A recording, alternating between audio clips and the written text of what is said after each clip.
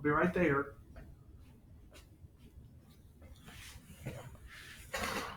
Hey, it's Mr. Wells. We are going to be reading from Murder on the Orient Express. Today, we are going to read from Part 3, Chapter 5. And make sure that you are filling in your sheet so you can have that done. There's 25 points for that. So just want to make sure you're filling in your sheet for your book. So we'll read Murder on the Orient Express by Agatha Christie, Part 3, Chapter 5. The Christian name of Princess Dragomirov. When the Count and Countess had departed, Perrault looked across at the other two. "You see," he said, "we make progress." "Excellent work," said Monsieur Bach cordially. "On my part, I should never have dreamed of suspecting Count and Countess Andrani. I will admit I thought them quite hors de combat. I suppose there is no doubt she committed the crime. It is rather sad. Still, they will not guillotine her. There are extenuating circumstances. A few years' imprisonment, that will be all." "In fact, you are quite certain of her guilt?" "My dear friend, surely there is no doubt of it. I thought your reassuring manner was only to soothe things over till we are dug out of the snow and the police take charge." "You do not believe the Count's positive assertion, on his word of honor, that his wife is innocent?" "Mon cher, naturally, what else could he say? He adores his wife. He wants to save her. He tells his lie very well, quite in the grand seigneur manner. But what else than a lie could it be?" "Well, you know, I had the preposterous idea that it might be the truth." No, the handkerchief. Remember, the handkerchief clinches the matter." "Oh, I am not so sure about the handkerchief. You remember I always told you that there were two possibilities as to the owner of the handkerchief." All the same, Monsieur Bach broke off. The door at the end had opened, and Princess Dragomirov entered the dining car. She came straight to them, and all three men rose to their feet. She spoke to Perrault, ignoring the others. "I believe, monsieur," she said, "that you have a handkerchief of mine." Perrault shot a glance of triumph at the other two. "Is this it, madame?" He produced a little square of fine cambric. "That is it. It has my initial in the corner." "But, Madame la Princesse, that is the letter H," said Monsieur Bach. "Your Christian name, pardon me, is Natalia." She gave him a cold stare. "That is correct, monsieur. My handkerchiefs are always initialed in the Russian characters. H is N in Russian." Monsieur Bach was somewhat taken aback. There was something about this indomitable old lady which made him feel flustered and uncomfortable. "You did not tell us this morning this handkerchief is yours at the inquiry this morning."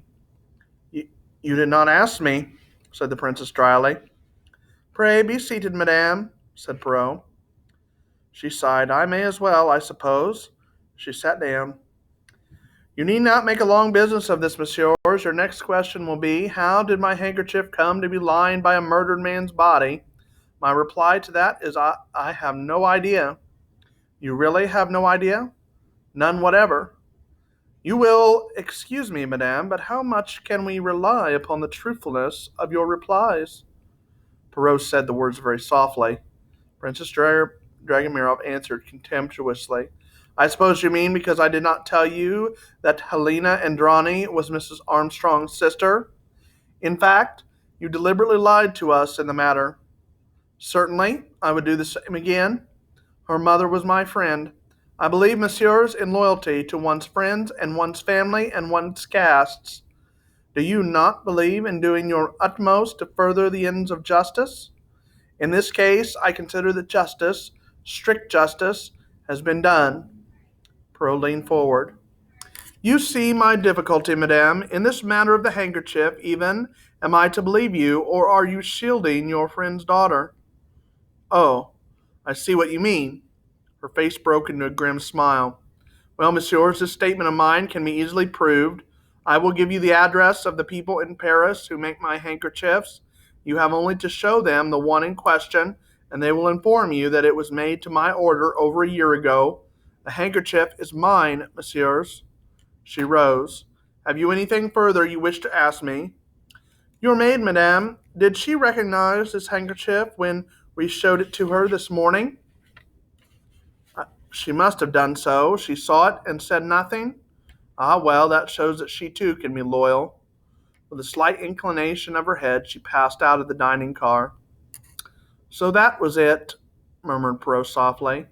I noticed just a trifling hesitation when I asked the maid if she knew to whom the handkerchief belonged. She was uncertain whether or not to admit that it was her mistress's. But how does that fit in with that strange central idea of mine? Yes, it might well be. Ah, said Monsieur Bach with a characteristic gesture. She is a terrible old lady, that. Could she have murdered Ratchet? Asked Perrault of the doctor. He shook his head. Those blows, the one delivered with great force penetrating the muscle, never could anyone with so frail a physique inflict them. But the feebler ones? The feebler ones, yes.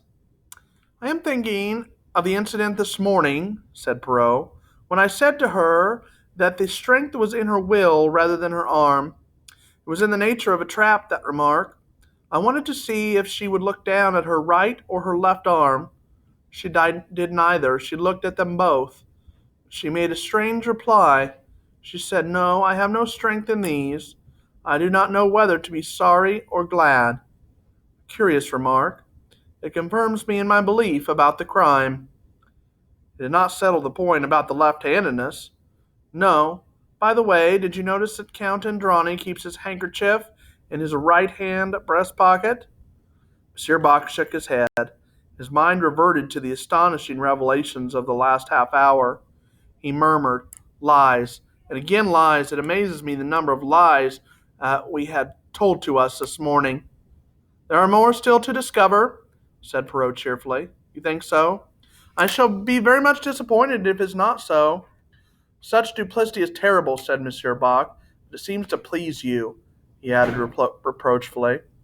It has this advantage, said Perrault. If you confront anyone who has lied with the truth, he will usually admit it, often out of sheer surprise.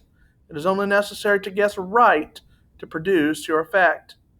That is the only way to conduct this case. I select each passenger in turn, consider his or her evidence, and say to myself, if so-and-so is lying, on what point is he lying, and what is the reason for the lie? And I answer, if he is lying, if, you mark, it could be only for such a reason and on such a point. We have done that once very successfully with Countess Andrani. We shall now proceed to try the same method on several other persons. And supposing, my friend, that your guess happens to be wrong, then one person, at any rate, will be completely freed from suspicion. Ah, a process of elimination. Exactly. And whom do we tackle next? We are going to tackle that Pukka Sahib, Colonel Arbuthnot. All right. That was it for Chapter 5. Make sure you stay tuned next time for Chapter 6, the second interview with Colonel Arbuthnot. Make sure you hit like, subscribe, enable your notifications so you can see all my great ELA videos. And remember, it's a great day for ELA.